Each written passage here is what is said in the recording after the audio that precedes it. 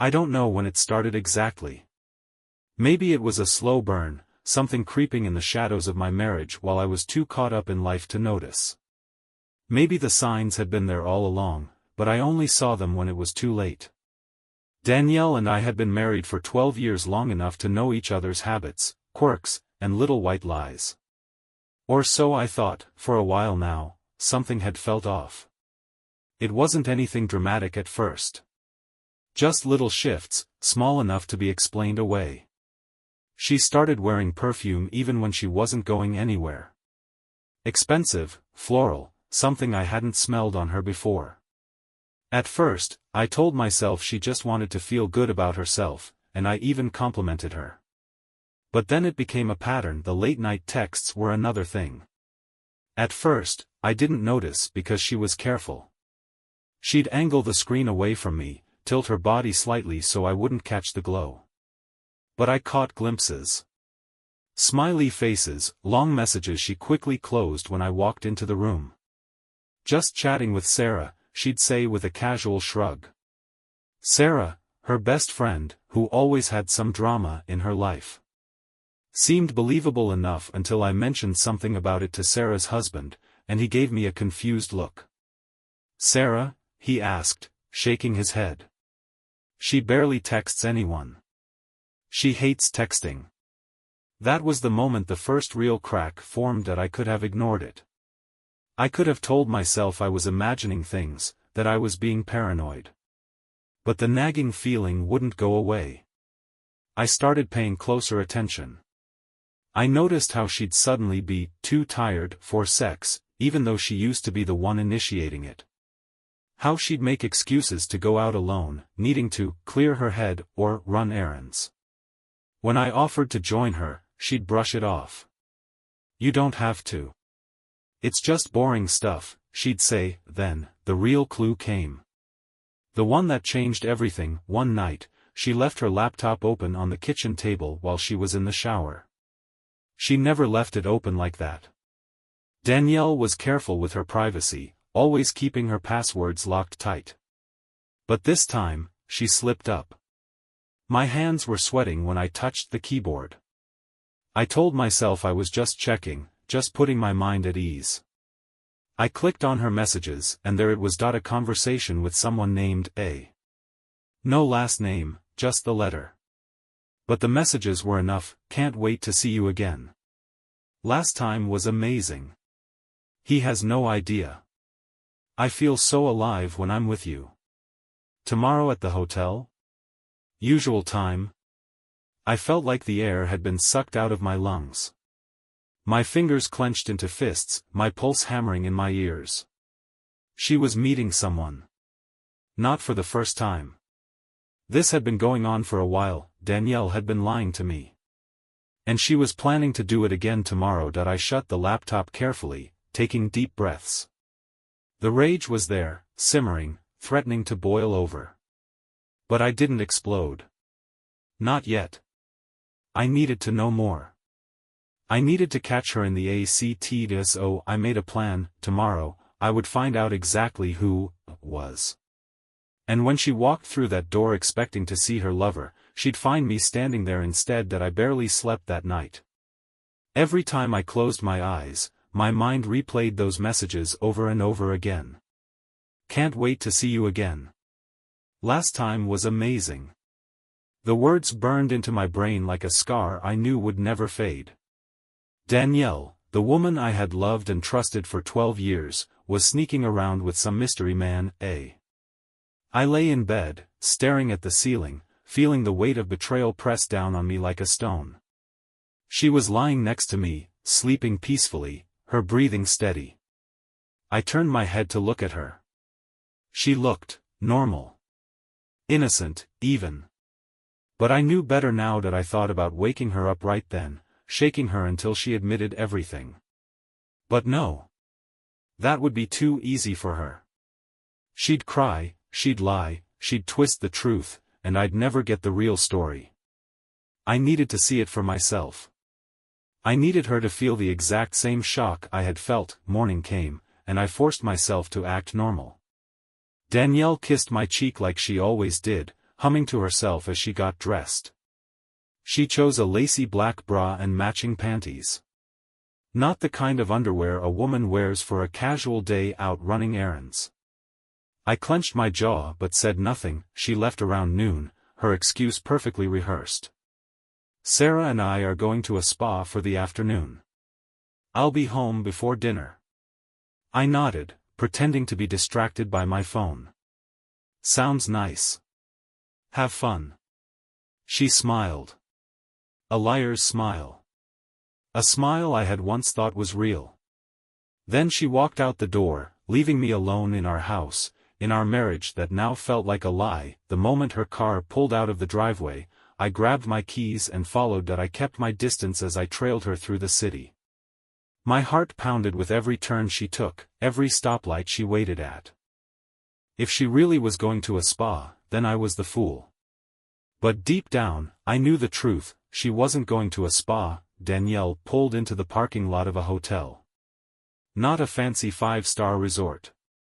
Just a discreet, quiet place. The kind of place where people went to hide. That I parked across the street and watched. She got out of the car, smoothed her dress, checked her reflection in the window. Then she pulled out her phone and typed something, probably texting him. My stomach twisted. That I waited until she disappeared through the entrance. Then, I got out of my car. That I crossed the street, my hands shaking, my breath unsteady. The automatic doors slid open, and I stepped inside. The lobby was quiet. A bored receptionist barely looked up as I walked past. I kept my pace steady, my head down, my ears tuned to every sound. That I didn't need to ask which room she was in. I knew how these things worked. The elevators were at the far end, and there was only one floor where people like her went. I stepped inside and pressed the button for the top floor. My heart pounded with every passing second. When the doors opened, the hallway was empty. Silent. A row of closed doors, all hiding their secrets behind them. Then, I heard it. A door unlocking. A quiet giggle. Danielle's voice. That I turned my head just in time to see her step inside a room, closing the door behind her. That I walked forward, every nerve in my body on fire. That I stopped right in front of the door. Her door. And then, I knocked. The hallway felt suffocatingly quiet as I stood in front of that door, my knuckles still tingling from the knock. My heart was pounding so hard I could feel it in my throat. On the other side of that door, my wife, my Danielle, was in a hotel room with another man. That I heard muffled movement inside. A soft shuffle. A pause. Silence.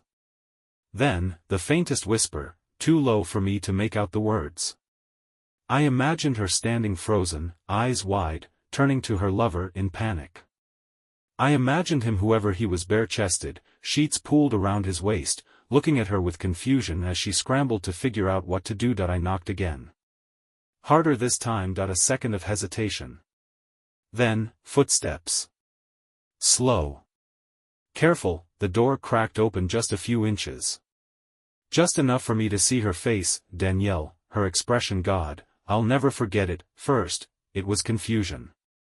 Then, pure, unfiltered terror. She went pale in an instant, her lips parting slightly like she wanted to say something but didn't know how.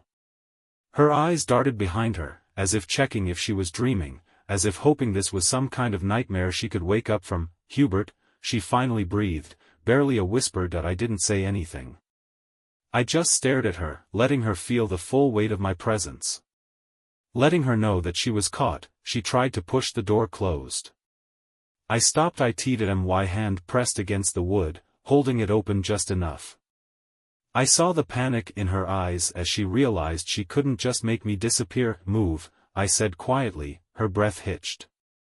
She swallowed hard, then shook her head, so small, so weak, like she was a child caught stealing. Hubert, this isn't what it looks like, she stammered. I didn't laugh, but I wanted to. This isn't what it looks like. I had read her messages. I had followed her here. I had watched her walk into this room, not 2 minutes ago, completely unaware that I was behind her. What is it, then? I asked, my voice unnervingly calm. She licked her lips, glancing behind her again. It's not what you think. I was just, and then, like a snake shedding its skin, she changed, her fear melted into something else. Something calculated. Her face shifted, the panic slipping away like water down a drain. She straightened, her shoulders squaring, her lips pressing into a tight line. The liar was waking up. Why are you even here? She demanded, her voice sharper now that I tilted my head, watching her. Why do you think? Danielle scoffed. Scoffed. As if I was the one being ridiculous. You're being insane right now, she said, shaking her head like I was some irrational fool.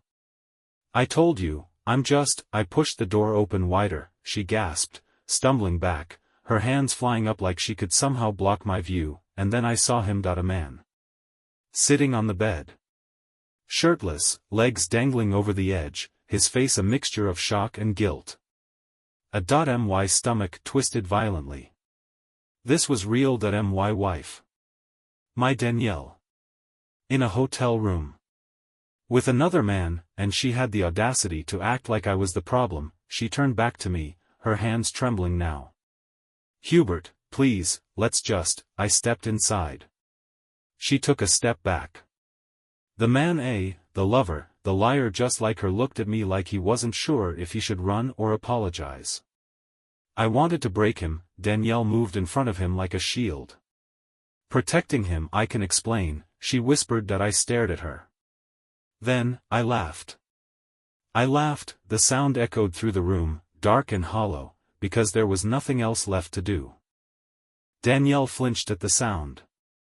The man who hadn't spoken a word shifted awkwardly, probably wishing he could disappear into thin air. Explain? I repeated, wiping a hand down my face. Okay.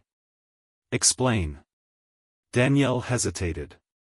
Her lips parted, then closed. Her mind was working, gears turning, looking for an escape. But there wasn't one. She started, then stopped, the silence stretched, and then, she lied, again. She looked me dead in the eyes and said, "This isn't what it looks like." I stared at her. This isn't what it looks like. She had the nerve to stand there, half-blocking her half-naked lover, and feed me that same tired lie. Like I was some idiot who had walked into the wrong hotel room, some fool who had misunderstood everything. That I felt something inside me snap. Not loudly. Not violently. Just a quiet, cold realization that the woman standing in front of me was a stranger. She must have seen something shift in my expression because her face softened. Her voice, suddenly delicate, as if she could reach out and stitch the pieces of our broken marriage back together with words. Hubert, she murmured, stepping toward me, please, just listen. I can explain everything. Just give me a chance. I didn't move. Neither did the man behind her. He was silent, motionless, like a deer caught in headlights, knowing full well that the next move could be his last. Go on, I said finally, crossing my arms. Explain. Danielle hesitated, eyes darting to the floor, then back up at me. And then she did it. She spun her story. This isn't an affair, she started, her voice carefully measured, like she was building the lie in real time. I came here to talk. That's all. He's a friend. Someone I met a while ago, and he's been going through a rough time. I was just being there for him. That's all this was. A friend who just happened to be sitting shirtless on a bed in a hotel room with her. A friend she had called amazing in her texts. A friend she was so excited to see again that I let the silence drag out, watching her squirm under the weight of her own words. Then, I asked, so why did you go pale when you saw me? Her lips parted slightly, but no sound came out. Why did you try to close the door? I continued, voice eerily calm. If he's just a friend, why do you look like you just saw a ghost? I didn't expect you to be here, she said, folding her arms across her chest, suddenly defensive. That doesn't mean I'm guilty of anything. I exhaled slowly. She wasn't even trying to be convincing anymore. I turned my attention to the man behind her. The so-called friend. And what about you? I asked, tilting my head. You always sit on the edge of a bed shirtless when talking to your friend's wife? His jaw tensed, but he still said nothing. Coward, Danielle, ever the performer, turned back to me, shifting her weight onto one leg. You're being crazy right now, she said, shaking her head. I mean, look at you. You followed me here like some jealous stalker. Do you even hear how insane that sounds? Ah. There it was, the deflection. The switch: when a liar can't defend their actions, they attack yours. She was done pretending to be innocent. Now, she wanted to make me the villain. Let me get this straight, I said, stepping closer. You sneak off to a hotel room, lie to me about where you're going, spend time with a half-naked man in a private space, and I'm the crazy one? Yes, she snapped. Because you're overreacting. Because you don't trust me, Hubert. I let out a hollow laugh. Trust? That word shouldn't have even been in her mouth. That I shook my head. You know what, Danielle? Let's put this to the test. I reached into my pocket, pulling out my phone. Her eyes immediately locked onto it, her body going rigid. Why don't we call Sarah? I suggested. Let's ask her how the spa was. Her face dropped. That I had never seen someone deflate so quickly. It was like watching a mask slip, the entire performance crumbling in real time. Hubert, she said, her voice quieter now, trying to contain the panic leaking into her tone. Don't do this. Oh? Why not? I raised an eyebrow, unlocking my phone. If you were really with her, she'll back you up, right? Her hands clenched at her sides. Her mouth opened. Closed. Opened again. Then, I wasn't with Sarah, she admitted, shoulders slumping. But it's not what you think. There it was. The final crack. That I folded my arms. Then tell me, Danielle. She swallowed, glancing back at her lover, her friend, as if searching for an escape, and then, just when I thought she couldn't sink any lower, she did. Her next words were almost laughable. I only came here to tell him I can't see him anymore, she said, her voice smooth, rehearsed, desperate. That's why I lied. I didn't want you to get the wrong idea. I stared at her, my pulse thudding in my ears. She was still doing it. Still trying to spin the lie. Still refusing to admit what was right in front of me. Then why the text? I asked. She blinked. What? I pulled up her messages.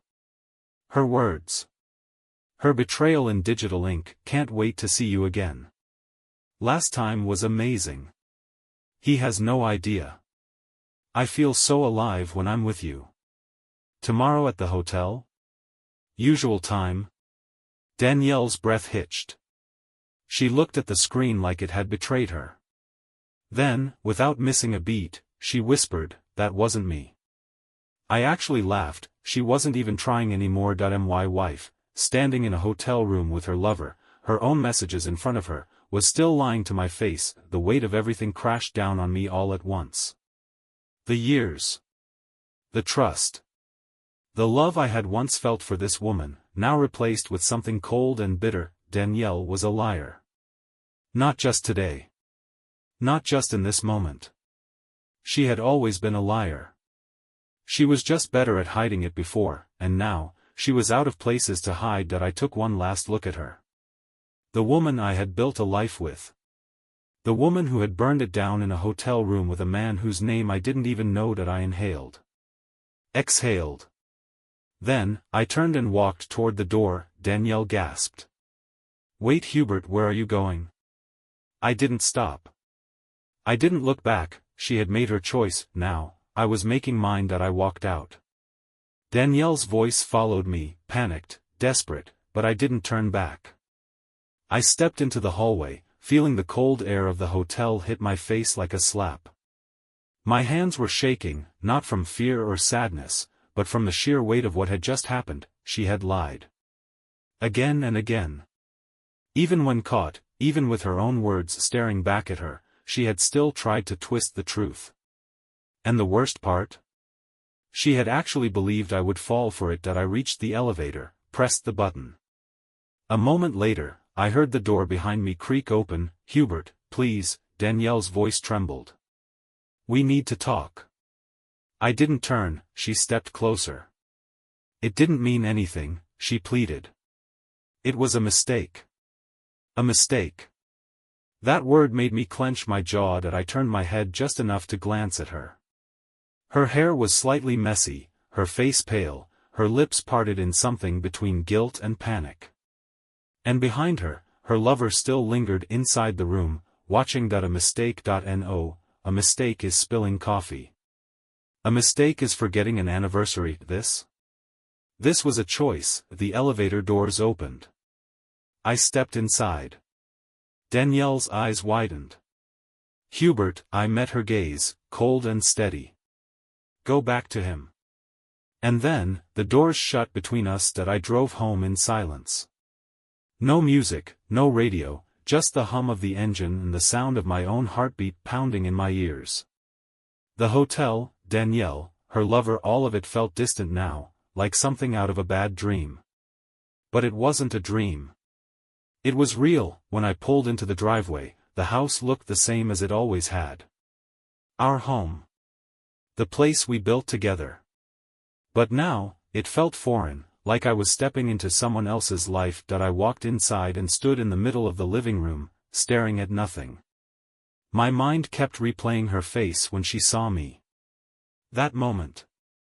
The sheer terror in her eyes. She had been caught, and for the first time, she had no way out. I checked my phone. Nothing from her. Of course not.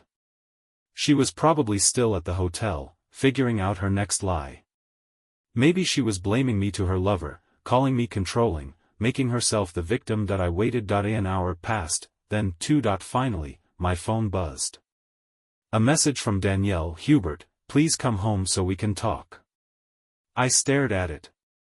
She still didn't know that I was home. That alone told me everything. I didn't reply. A few minutes later, another message. "I made a mistake. I don't want to lose you. Please, just talk to me." A mistake. There it was again. Then, a call. I let it ring, then another and another. By the fifth call, I answered. But I didn't say anything. "Hubert." Her voice was small, careful. "Please, can we just talk?" I finally spoke. "Are you still at the hotel?" A pause. Then, she exhaled sharply. "No. I left." Another lie. I could hear the echo in the background, the slight delay in her voice. She was still there. I smiled bitterly. "Then why does it sound like you're still inside?"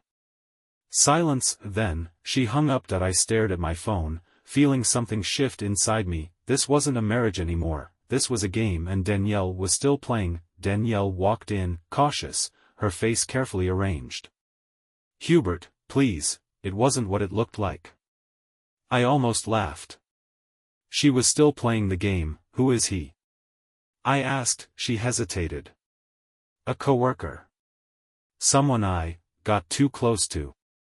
"Too close?" I echoed.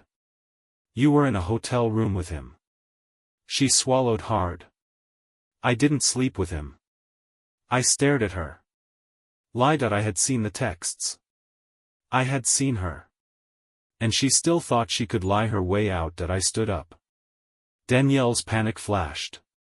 "Hubert, I love you." "No," I cut her off, my voice cold. "You just love getting away with it." She froze. I turned and walked away. She didn't follow. She knew it was over. I packed a bag. Not everything, just enough. Danielle watched from the doorway, silent, her face unreadable. Maybe she thought I was bluffing. She spoke when I reached the front door. "Where are you going?" I didn't look at her.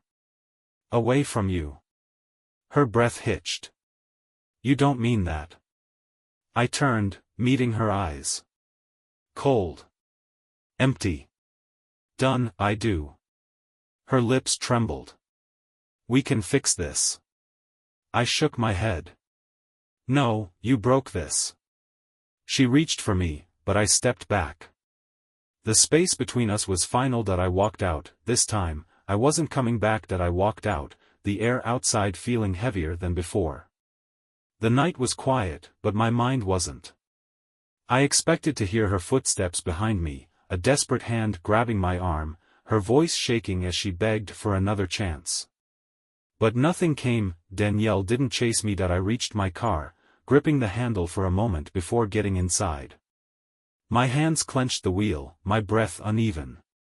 I sat there, staring at the house we had built, the place filled with years of memories, laughter, and now, lies. She was still inside. Watching? Crying? Plotting her next move? I didn't know. And I didn't care. That I turned the key. The engine hummed to life, and I pulled out of the driveway without hesitation. The house faded into the darkness behind me, but the weight of it still sat in my chest. That I had no destination. Nowhere to go. Just the open road and the realization that my life had changed forever. That I drove aimlessly through the city, past familiar streets that now felt foreign. 12 years. 12 years of my life, just erased. I tried to replay every moment, searching for the signs I had missed, the moments where she had slipped away from me. Had she ever really been mine? The thought gnawed at me as I pulled into the parking lot of a hotel. Not hers. Not the one where she had met her lover. I couldn't bear to step into a place like that. I needed somewhere, neutral. Somewhere that didn't hold her scent, her betrayal. That I checked in, barely registering the receptionist's words. The keycard felt heavy in my hand as I made my way to the room. The second the door closed behind me, exhaustion hit me like a wave. I sat on the edge of the bed, staring at the floor. This was real. That I wasn't going home. That I wasn't sleeping beside my wife tonight, because my wife wasn't my wife anymore. That I checked my phone. Nothing. No messages. No missed calls. No desperate attempt to explain herself. Maybe she was waiting for me to cool down. Maybe she thought I'd come back on my own. She didn't know me at all. That I exhaled, slow and steady. There was no anger left in me. Just emptiness. A strange, quiet relief. She had lost me, and I wasn't hers to lie to anymore. The silence in the hotel room was different. Empty. Hollow.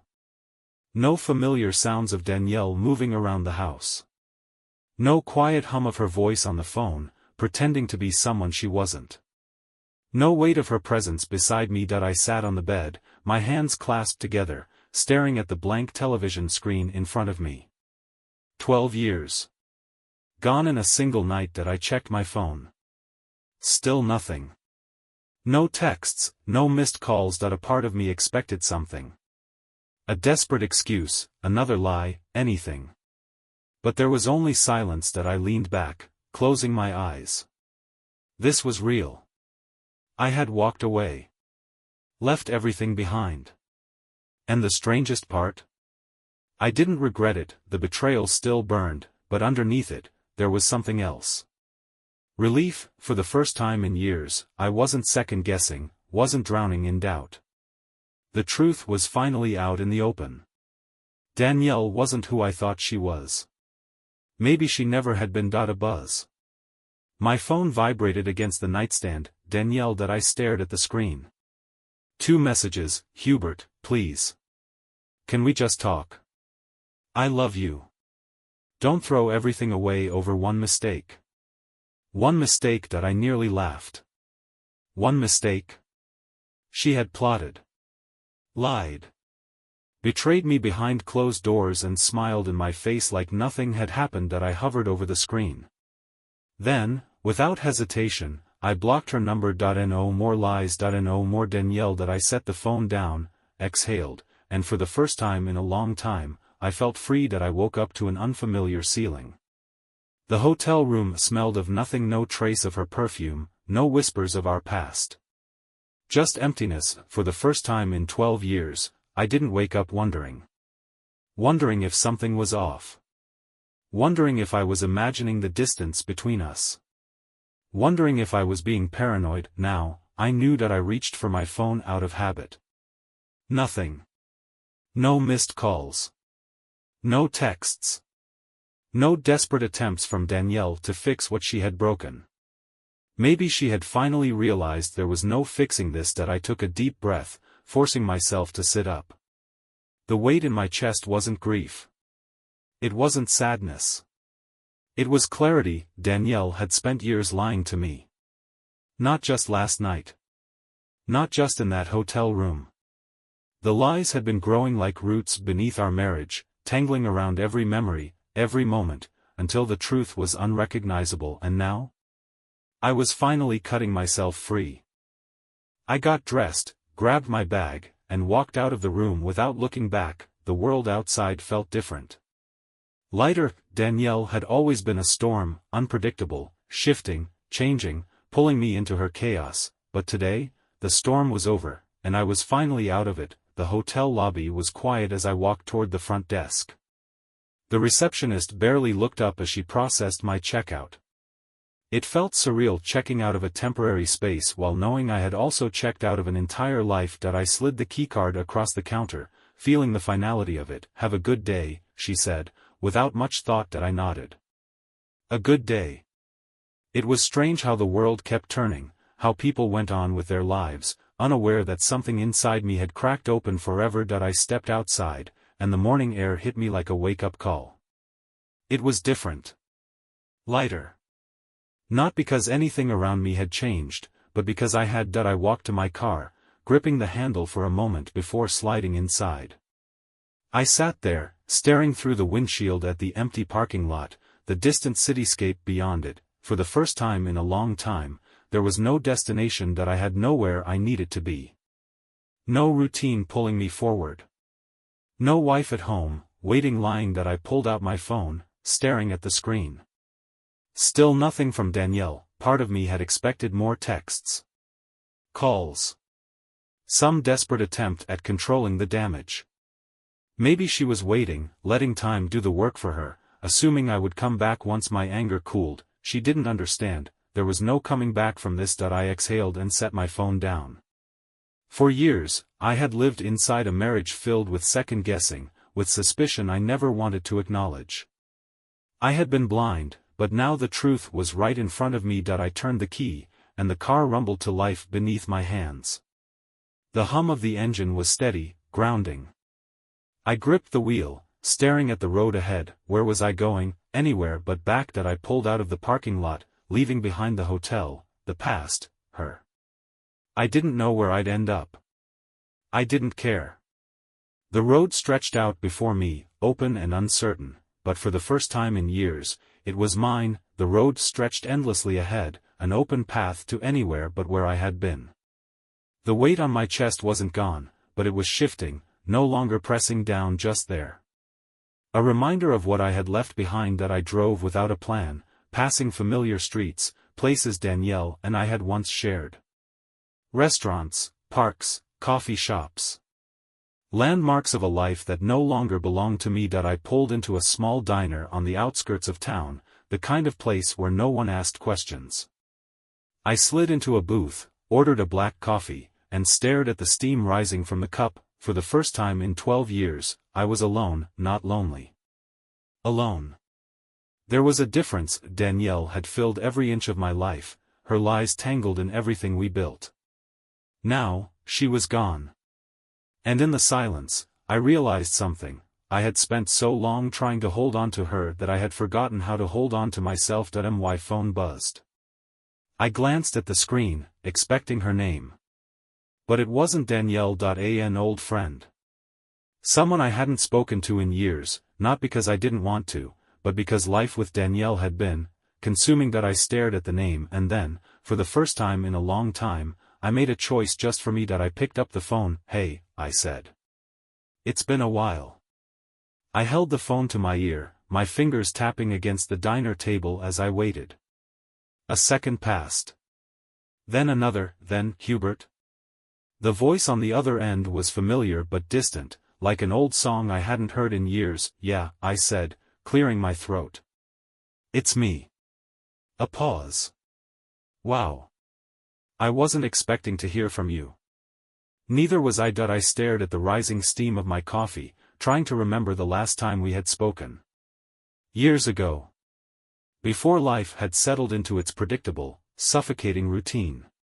Before Danielle had started pulling the strings of my world tighter, little by little, until there was no space left for anyone but her. I exhaled, realizing I didn't know what to say. I just thought I'd call. Another pause. Then a chuckle. Well, I'm glad you did. It's been too long. Too long. That was an understatement. That I hadn't just lost my marriage. I had lost people. Friendships. Connections that had once been a part of me. And now, without Danielle controlling my time, my decisions, my life, I felt the weight of all that I had let slip away. So, my friend continued, their tone shifting slightly. What's new? I let out a slow breath. Everything. There was silence on the other end. Then, cautiously, you want to talk about it? I almost said no. Almost brushed it off. But something inside me cracked open, raw and aching, needing to be heard, and so, I talked, not just about Danielle. Not just about the betrayal, the hotel, the lies that had unraveled everything. I talked about the years leading up to it, the slow, quiet suffocation of a marriage I had tried so hard to believe in. The moments I had ignored, the gut feelings I had buried, the way she had slowly isolated me from the world without me even realizing it. By the time I stopped, my coffee had gone cold. The diner had emptied out a little, the hum of conversation around me quieter now. And on the other end of the line, my friend let out a breath. Jesus, Hubert, they muttered. That's a lot. I huffed out a dry laugh. Yeah. It is. Another pause. Then, softer, I'm sorry, man. I wish you had told me sooner. So did I. I had spent years thinking I was alone in my doubts. That it was easier to pretend things were fine than admit the truth. And Danielle had known that. She had counted on it, but now? She had no more control. That I wasn't afraid of the truth anymore. I appreciate it, I said. And I meant it. There was a small, quiet moment between us, and then, listen, my friend said. Why don't we meet up? Grab a drink. Talk in person. The offer sat there, open and genuine, something Danielle would have never let me accept before, and now, I smiled. Yeah. I'd like that. Because for the first time in a long, long time I was finally living for myself. That I sat in that diner, the hum of quiet conversation, the distant clatter of dishes filling the space around me, but I felt like I was somewhere else. Somewhere new. Somewhere I had never truly been before, alone but not lonely. For the first time in 12 years, I wasn't tethered to Danielle. There was no second guessing, no feeling like I had to check in or explain myself. No invisible leash wrapped around my neck, pulling me back to a marriage that had been built on lies. That I let my fingers hover over my phone screen, reading the text I had just received. Good to hear from you, man. Let's grab a drink this week. A simple message. A normal message. The kind of message I should have always been getting. But Danielle had taken that from me, hadn't she?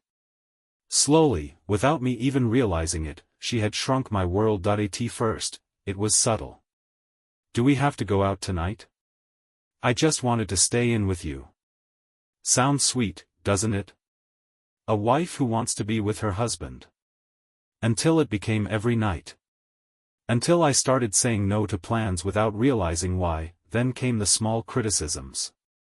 You still talk to him? He's so immature. We've outgrown that. And just like that, people started fading from my life. Because, after all, Danielle knew best, then, of course, the real control. The one that sank in so deep I hadn't even noticed it tightening around me. The way her needs always came first. The way I had stopped making decisions for myself. The way I had become someone who only existed in the shadow of what she allowed. And now, for the first time in 12 years, I had stepped out of that shadow. I picked up my phone, my fingers steady, sounds good. Let me know when. I hit send and just like that, I reclaimed something that it was a small thing, wasn't it? A drink with an old friend. A text sent without fear of how Danielle would react. But it was everything, because Danielle wasn't here to make that decision for me anymore. I set my phone down, exhaling slowly. The waitress approached again, her notepad in hand. "Sure you don't want anything to eat?" she asked, her voice light, polite. Before, would have hesitated. Before, I would have thought about what Danielle would say. Would she disapprove of what I ordered? Would she make some offhand comment about my choices, the kind that wasn't outright cruel but left a sting that lingered? Not today. I picked up the menu, scanning the options. Something simple. Something I wanted. "Pancakes," I said finally, looking up at her. "With extra syrup." She smiled as she jotted it down. "You got it." It was just breakfast. Just pancakes. Just a meaningless moment in a random diner on a random day, but it wasn't, because for the first time in years, I had made a decision entirely for myself. No guilt. No overthinking. Just me. The pancakes arrived a few minutes later, and I picked up the fork, staring at the plate for a moment before taking a bite, and that's when it hit me. This was the first morning of my new life. There was no going back. Danielle had made her choices. I had made mine. And my choice was freedom, not just freedom from her, but freedom from the version of myself she had forced me to become. I had been trapped in that marriage long before she ever set foot in that hotel room. I had been held captive by her words, her lies, the way she twisted everything until I doubted myself, but not anymore. My phone buzzed again. Another text. A different friend this time. "Hey, man. It's been forever. Let's catch up." I let out a slow breath, feeling something inside me shift. Danielle hadn't just cheated on me with another man. She had stolen years from me. Time I couldn't get back. Memories I had lost because she had made sure I had no room for anyone else. But the thing about lost time, you can always start again, and I was going to. I took another bite of pancakes, wiped my hands, and picked up my phone, and then, for the first time in a very long time, I texted back.